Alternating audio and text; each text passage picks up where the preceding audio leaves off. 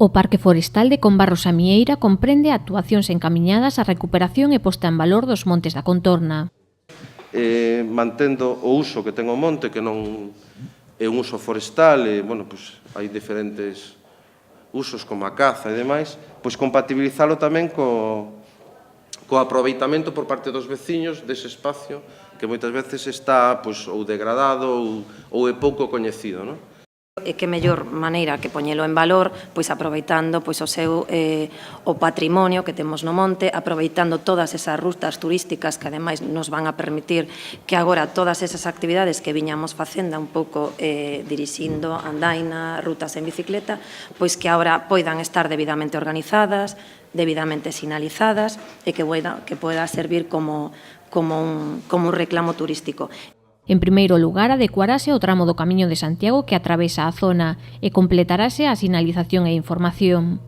Se actúa basicamente no Camiño de Santiago, na variante espiritual que cruza por a ladeira de Pollo e cruza con Barro, que, cada ano ten máis afluencia.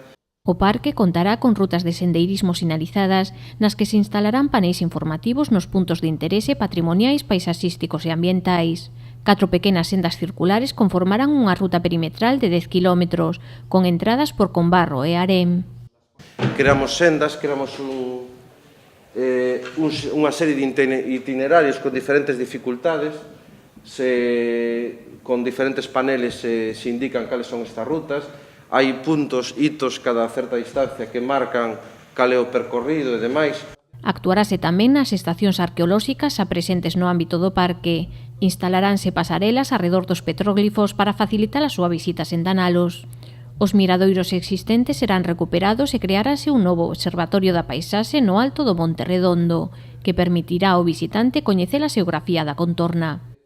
Desde aí se percibe completamente toda a ría, se percibe todos os elementos xeográficos e o que se fai paneis informativos indicando cada unha desas cumes, o seu nome, onde están, onde se identifica, e o espacio é realmente espectacular. Tamén poñer en valor eso, poñer en valor con estes paneis informativos dos que falamos e ao mesmo tempo coas propias rutas que che permiten acceder a este espacio.